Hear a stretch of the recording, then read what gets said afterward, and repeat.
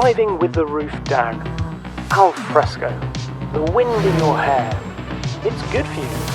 Really good for you. Science says so. Hedonic tone, or happiness, increases by up to 19%. Heart rate variability, or stress, is reduced by nearly a third. Alertness increases by up to 15%. Of course, it does help if you're somewhere like this and driving a car as fun as this.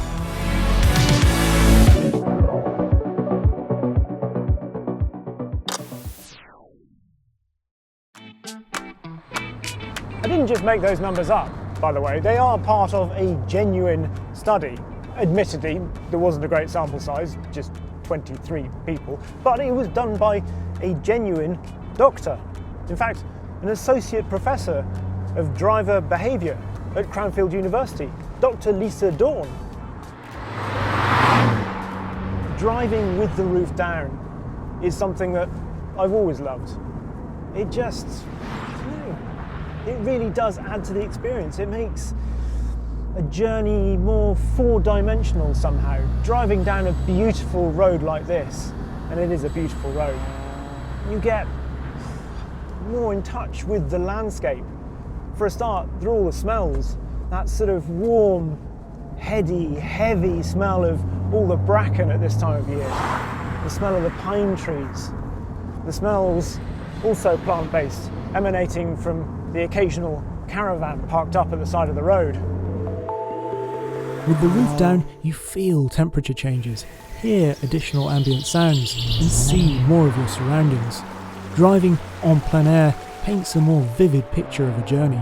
And I can understand the idea that it decreases road rage as well, because in so many modern cars, you do feel isolated from the world that you're travelling through. And it's a bit like social media. If you feel isolated from the world you're travelling through, it's easier to be angry with it, to, I don't know, swear, cuss, and be rude to people. But when they're just there, when there's no barrier between you, well, you're a bit more likely to mind your P's and Q's, I think. Safe to say then that Dr. Dawn is definitely onto something.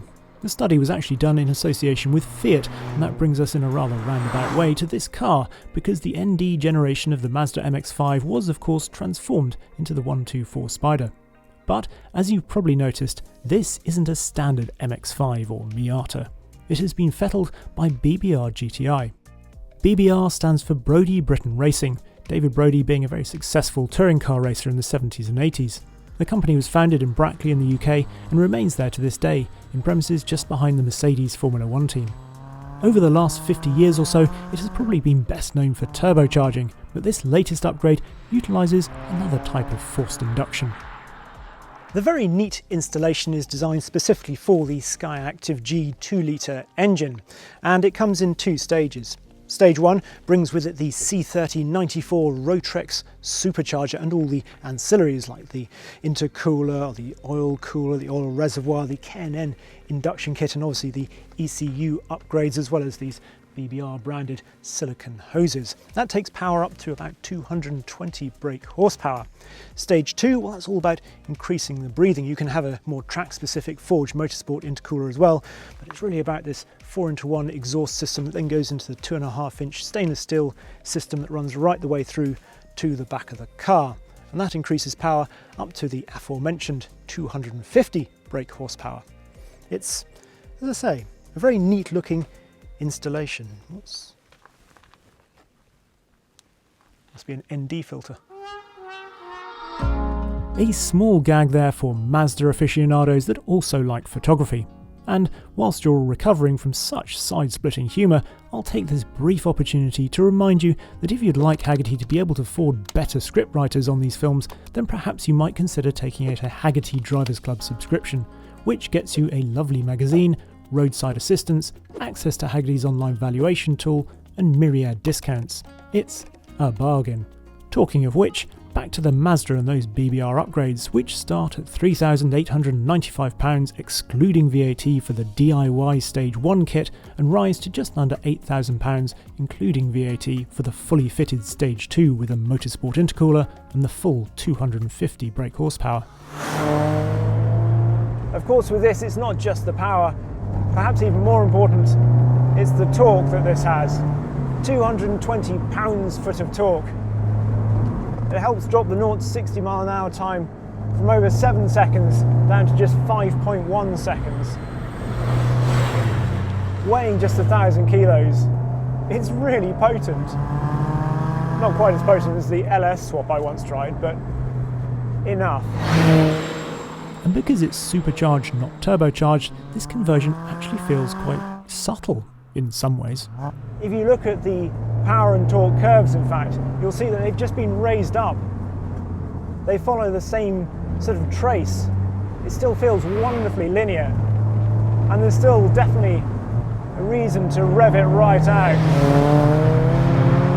You don't get the real supercharger whine or scream with this either, which I'm quite glad about somehow.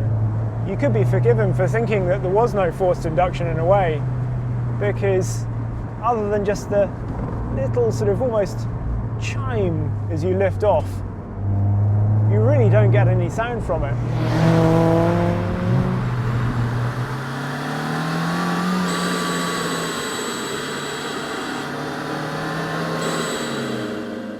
Now you've no doubt noticed that this car also has some other BBR additions, notably a brake upgrade with 4-piston front calipers that will set you back just over £1,000, fully fitted. There's also a set of 17-inch OZ Ultraleggera alloys with Goodyear Eagle F1s, they're £1,848.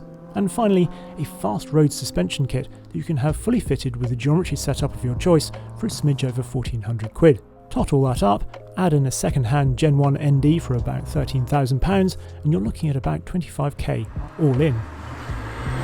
You could probably argue that the law of diminishing returns starts here. I love the fact that with these views you can see the road for miles ahead.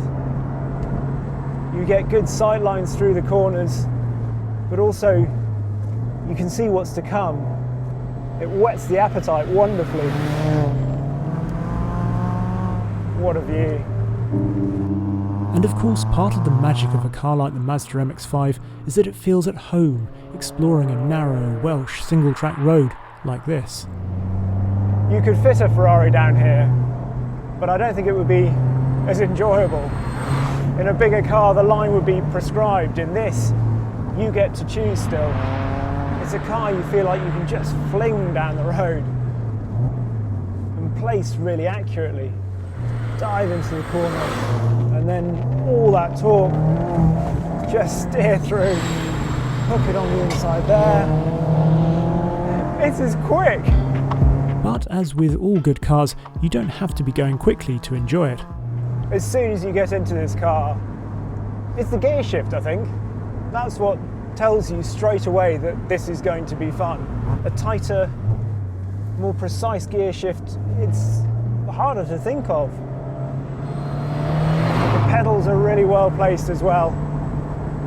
So if you like indulging in a bit of heel and toe,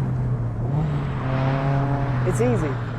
No, I'm not saying this car is perfect. There are things that perhaps, yes, you'd spend more money on. The suspension, it's good.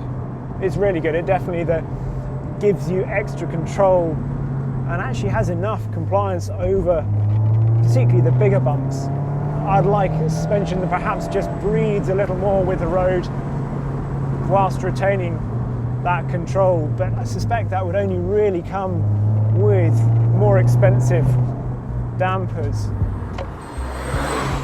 And as luck would have it, BBR does offer a quartet of Öhlins coilovers for about £1,000 more than this setup, and I'd be intrigued to try them. Other things, well, the steering. The steering has perhaps never been the best on certainly this generation. In fact, the last couple of generations of MX-5. It's definitely better with the new suspension in this, but you still don't quite get the really sort of textural feedback that it would be nice to have, just to know how much those front tyres are gripping. It's direct in the way that it turns in, but it would be nice to just know how hard you're pushing those Goodyear Eagle F1s. To that extent, the sense of connection with the rear is actually much better. The fact that you're sort of practically sitting on the rear axle obviously helps to that extent. If this were mine, I think I would have to put a different seat in it though, just to get a little bit lower, because for somebody of my height it does feel a little bit like a sort of a 9/10 scale car. The bottom line though is that this little Mazda is just really fun and attainable. Much as I love having the chance to drive the mega expensive restomods and the hypercars that will set you back 7 figures, it's important to remember that something like this can bring so much driving joy to the party with a vastly lower barrier to entry. It's like the brilliant backstreet pub just round the corner from the exclusive club with a guest list and bouncers. Even with the roof up, I think this MX-5 would make you feel happier, less stressed, more alert. So this MX-5 with a roof down, it's a winning combo.